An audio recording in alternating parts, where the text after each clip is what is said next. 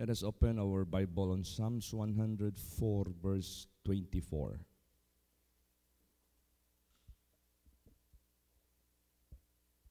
Praise the Lord. O Lord, how manifold are thy works. In wisdom hast thou made them all. The earth is full of thy riches.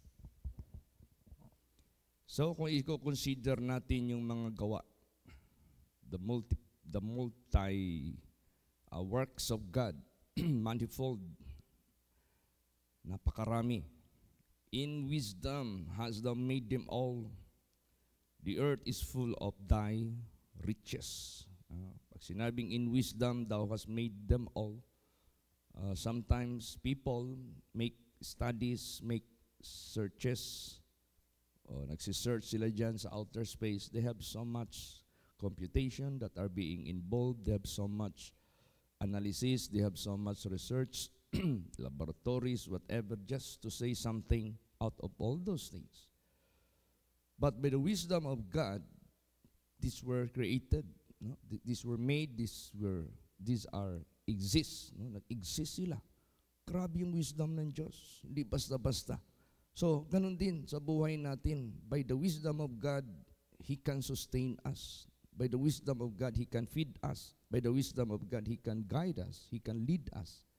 He can sustain us. Kaya, sinabi dyan, how manifold are thy works. In wisdom hast thou made them all. The earth is full of thy riches. No? Habang nandito pa tayo sa sanglibutang ito, ang mundong ito ay puno ng kanyang kayamanan. In terms of our necessities, in terms of our food, in terms of everything that we need sa sanglibutang ito, sa pagpropagate ng kanyang gospel, siya ang ating financer. Siya ang ating nagbaback up sa buhay natin. Siya ang magpo-provide ng lahat ng ating mga necessities, strength, everything. Yung wisdom na ihayag natin para maligtas ang mga tao galing sa Kanya. Lahat ng technicalities, lahat ng necessities, lahat ng mga financial, lahat, strategies galing sa ating Panginoong Diyos. Kaya, habang kino-consider natin ang mga gawa ng Diyos nandyan sa kalangitan, parang itong gawain natin sa sanglibutang ito na inatang niya sa ating balikat, parang madali na lang ito. I-compare sa mga kadakilahan ng kanyang mga gawa. Praise the Lord. Ganun po yan eh. Para bagang meron kang gustong bibilhin o project ng isang bagay, tiningnan mo yung budget mo, napakalaki. Tingnan mo yung project mo, comparing sa budget mo, napakaliit.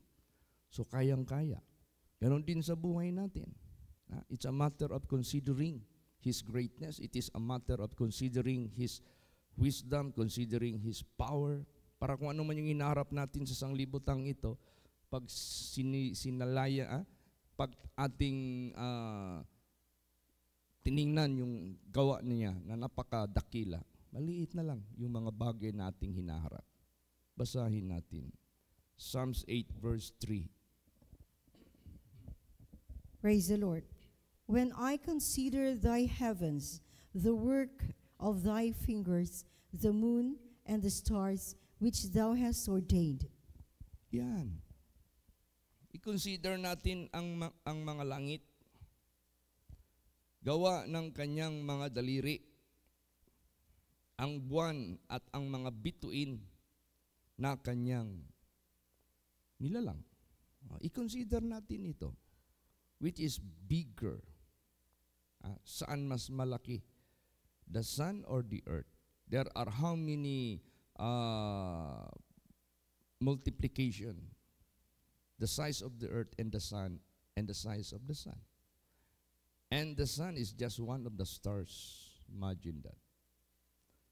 So, napakadakila ng Diyos at napakaliit na lamang yung mga bagay na ating hinaharap sa sanglibutang ito. If we believe Him, if we consider Him. Praise the Lord. Minsan, may mga tindahan na hindi nila kinoconsider yung mga pumapasok sa kanilang tindahan. Hindi lahat nila kinoconsider na kapabol yung mga tao. That is why sometimes they do not entertain people na nakikita nila parang pobre, nakikita nila parang musmos, nakikita nila parang walang personalities. Hindi nila kino-consider how much money they have, how much money they have in their bag. Ganon din sa buhay natin. Ang Diyos, if we will not consider the greatness of His riches, the greatness of His power, sometimes tayo, natatakot tayo sa maliliit lang na bagay. Naduduwag tayo sa mga maliliit lang na challenges. Kaya napakahalaga din na magbigay tayo pugay, magbigay tayo ng consideration sa ating Diyos. Gaano siya kadakila? Gaano siya makapangyarihan? Yung mga gawa niya lang, pag yan ay nakita natin, sabihin ko po sa inyo, sasabihin mo talaga how great thou art. And how little those things that we are having in this world na mga challenges. Kaya napaka-importante po ito sa buhay natin. Parang tinan mo the way si Jesus magsalita. Bakit kayo takot? Bunting mga pananampalataya. O, di ba?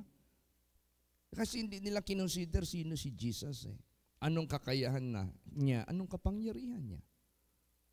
Imagine, He overcame death by resurrection. Praise the Lord. Na-overcome na niya ang mundong ito. Kaya sabi nga ni Lord Jesus, be of good cheer, I have overcome the world. I have proven to you that I have overcome the world, so you can overcome the world. Be of good cheer. Maging masaya kayo. Maging worry-free kayo. Maging fearless kayo. Na-prove ko na sa inyo, sabi ni Lord Jesus, na dinaig ko na ang sanglibutang ito. Dinaig ko na si Satanas sa sanglibutang ito. Dinaig ko na ang kamatayan. Dinaig ko na ang lahat. So kayo rin, manaig kayo. So habang nandito tayo sa sanglibutang ito, consider God. Consider Christ. Gaano siya ka-lakas at ka-powerful.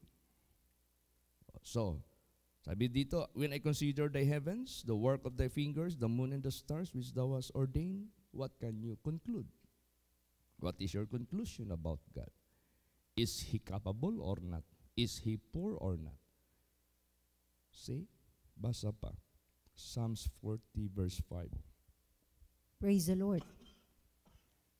Many, O Lord my God, are thy wonderful works which thou hast done, and thy thoughts which are to us word. They cannot be reckoned up in order unto thee. If I would declare and speak of them, they are more than can be numbered. Ayan. Tingnan mo.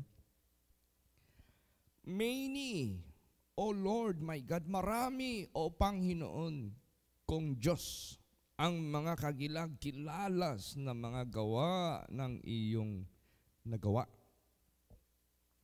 Pag sinabing nagawa, He has proven already. Pag sinabing nagawa, He made already. Tested na siya. Di ba? Pag may mga kumpanya mag-hire ng mga workers, meron silang tinatawag na trade test.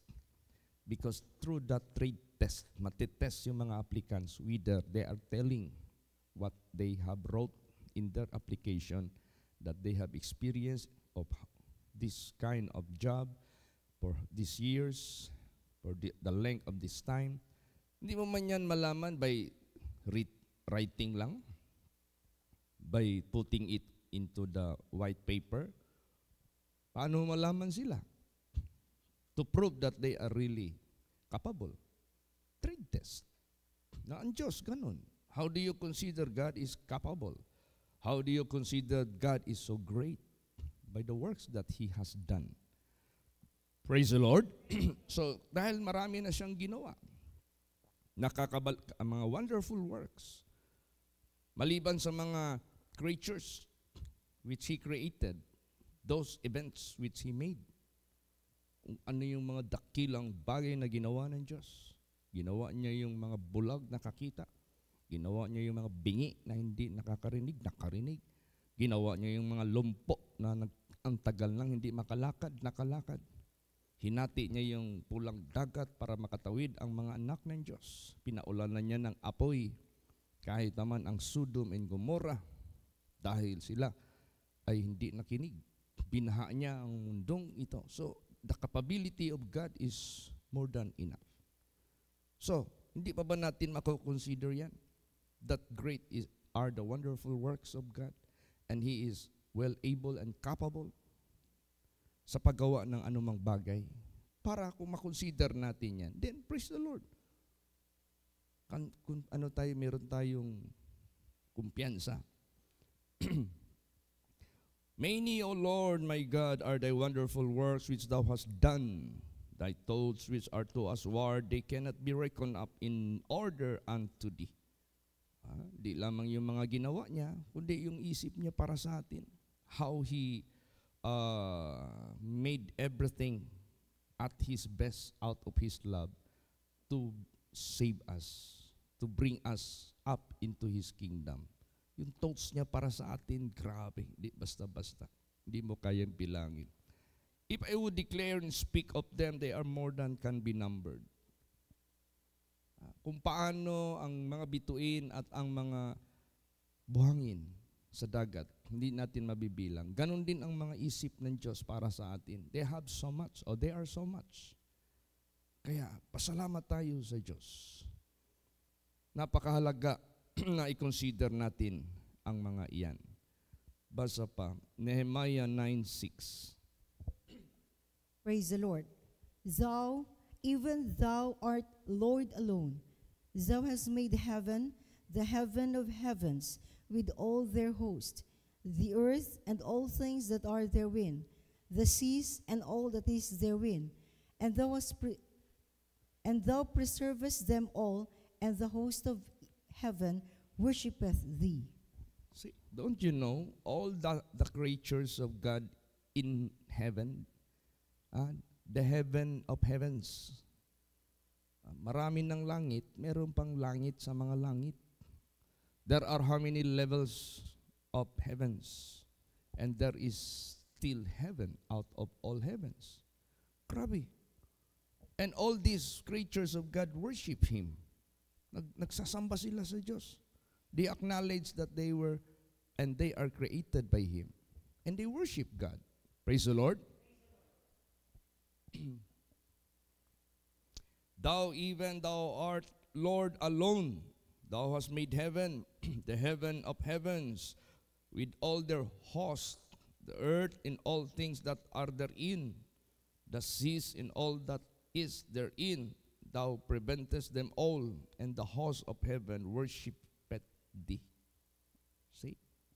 Tayo pa hindi mag-worship sa Kanya. Tayo pa hindi mag-trust sa Kanya. Tayo pa hindi tayo mag-consider sa Kanya. Samantalang we are made by God greater than all those things except the angels. See? Kung meron mang mag-worship sa Kanya, much better of worship tayo kaysa sa mga planeta na yan, kaysa sa mga bituin na yan. Praise the Lord. Kasi we are created in His likeness. It is so wonderfully made, no? Wonderfully made tayo eh. Kaya dapat tayong meron mang magpasalamat, mag-consider sa greatness. Yung nilalang, yung naglalang sa atin. Kaya we have to serve God with all our heart, with all our mind, with all our strength. So, stop worrying what we shall use for the Lord's ministry. Stop worrying what we shall use to finance this ministry. Stop worrying what we shall use, connections, that we may bring this gospel successfully anywhere of this world. Kasi, kung meron mang pinakamalakas na connection sa mundong ito, ang Diyos. Kasi God is being connected to all. Praise the Lord. He is connected to the animals. Tingnan mo yung mga animals dito. Pinakain yung mga propeta niya. He is connected with the clouds. Tingnan mo yung mga clouds dito. Pag sinabi niya, huwag kayong umulan, 3.5. Mag-ulan na kayo. Pag sinabi niya sa mga hari, huwag niyong galawin yan, anak ko yan, asawa niya yan, yan, Sara na yan. Huwag mong galawin, mamamatay ka talaga. So, kung meron mang mataas na may connection sa mundong ito para hindi tayo magka-problema sa ating paggawa ng kanyang gawain, is God. Praise the Lord. Ganun, basahin natin yan. Psalms 24 verse 1. Praise the Lord. The earth is the Lord's, and the fullness thereof, the world and they that dwell therein. Yan. Yung kapunuan ng earth, kanya. At yung mga nakatira dito, mga tao. Tingnan mo yung, naalaala niyo yung 70 years captivity in Babylonia. Then God said, I will bring you back to Jerusalem. After 70 years of captivity, sino ang ginamit ng Diyos? To finance all their necessities. To make the path and places and countries to open the gates for them to pass by going to that Jerusalem. Diba? Dalawang hari. Si Darius tsaka si Cyrus. So within their kingdoms, sila yung nag-utos. I, Darius, charged me by God. God charged me to do this business, to let people Israel go by this way. Siya ang nag-prepare sa way. I, Darius, and Cyrus charged me. God charged me to fulfill these prophecies over His people, Israel. Kasi lahat ng mga tao dito sa mundong ito, connected siya. Kanya lahat. Inhabitants, Kanya lahat. Kaya, napakadakila ng ating Panginoong Diyos. Napakadakila niya. Basa pa. Merong appointed time ang Diyos sa lahat ng Kanyang mga pangako. Basa Ecclesiastes 3:11. Praise the Lord. He hath made everything beautiful in His time. Also, He hath set the world in their heart, so that no man can find out the work that God maketh from the beginning to the end. Yan. So anong gawin natin? We cannot find out. Kaya nga sinabi diyan, oh, the depths of the riches, both of the wisdom and of the knowledge of God, how unsearchable are His ways and His judgments past finding out. Just abide in Him. Just go with Him. Just obey Him what He is leading you. Sunod ka lang. Because there is time appointed to make everything fulfilled, to make everything beautiful. He hath made everything beautiful in His time. Sa Kanyang oras, sa Kanyang timing, manggagaling hindi sa atin. Tayo, we have to wait. Tayo, we have to be patient. Tayo, we have to be considerate na merong takna na itinilaga ang Diyos na bago mangyari. At dyan na mangyayari. Praise the Lord. Huwag tayong maggawa ng sarili nating schedule. Also, He hath set the world in their heart, so that no man can find out the work of that God maketh from the beginning to the end. Just wait upon the Lord. Just put your trust in the Lord. Just make your expectation from the Lord. Kaya, napakabuti ng ating Panginoong Diyos. Basa pa Psalm 65:11. Praise the Lord. Thou crownest the year with Thy goodness, and Thy paths drop fatness. Yan. See, itong taon na ito, kukoronahan niya tayo ng kabutihan at ang kanyang mga daan, talagang ito po ay nagdadrop ng fatness, katabaan. Para makilos tayo, para makagawa tayo, para makapropagate tayo, para mag-abound tayo sa mga gawain ng Diyos. na magbibigay ito ng pasalamat sa Diyos. At yung righteousness natin lalo pang mag-increase. Basa pa Psalms 25 verse 10. Praise the Lord. All the paths of the Lord are mercy and truth, and unto such as keep his covenant and his testimonies. Yes, all the paths of the Lord are mercy and truth. Unto such keep his covenant and his testimonies. So tayo, napaka-importante yung covenant ng Diyos. Let us be mindful. Let us keep the covenant of God. What is covenant of God? If you obey me, I will bless you. If you obey me, the world may have so much trouble, but I will not leave you. I will be with you. I will protect you. I can feed you. I can clothe you. I can bring you anywhere of the world without any hampering na walang makakahadlang. If you keep His covenant and His testimonies. Testimonies, marami tayong aral makukuha dyan para what is good, yun ang gagawin natin. What is bad, yun ang wag natin gagawin. So we keep His testimonies. Yung covenant, yung pangako ng Diyos na kondisyon na binibigay niya sa atin bago niya ipagkaloob ang kanyang pangako. Obserbahan natin yan. Gawin natin yan ng buong puso. At nandyan, yung mercy and truth, gagawad niya sa kanyang mga anak. Last verse, Psalms 36 verse 8. Praise the Lord.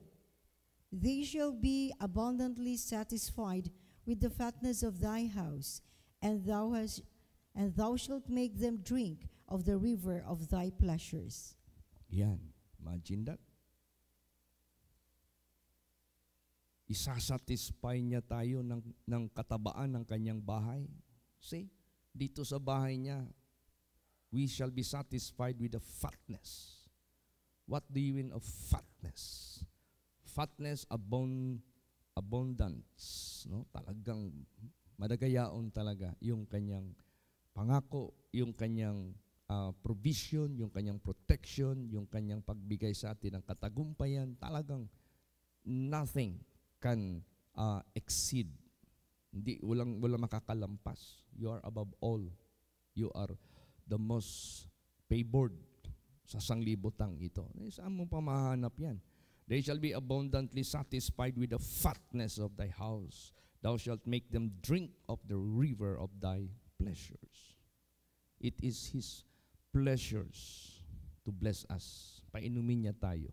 It is His pleasure to bring us out to the world, to bring the salvation of Him para sa mga tao. It is His pleasure. It is His pleasure to have these things for God's glory and for God's honor. Nobody can take it, nor can prevent it. Kaya nga sinabi dyan, kung ano yung crooked ginawa ng Diyos, walang makakatuwid. Kung ano yung ginawa ng Diyos na matuwid, walang makakagawa na crooked. Kung ano yung binuksan ng Diyos, walang makakasarado. Kung ano yung sinarado ng Diyos, walang makakabukas. So, He is the most powerful ever we could say. Kaya, dyan tayo sa Panginoong Diyos patuloy mag-delight. Dyan tayo sa Panginoon Diyos patuloy magsunod ng buong puso sapagkat magpakailan pa man hindi tayo magkukulang. Kaya pag sinabing thou shalt make them drink of the river of thy pleasures, pag pinainom ka ng Panginoong Diyos yan, matutupad yan sa buhay mo. Mapupulfill yan sa buhay mo. Not according to His wrath, not according to His anger, but according to His pleasure. To God be the glory. Kaya pasalamat tayo sa Diyos. We need to consider His riches. We need to consider His wisdom na naglalang ng lahat na ito. Amen? Praise the Lord. Magsitayo po ang lahat. Let us all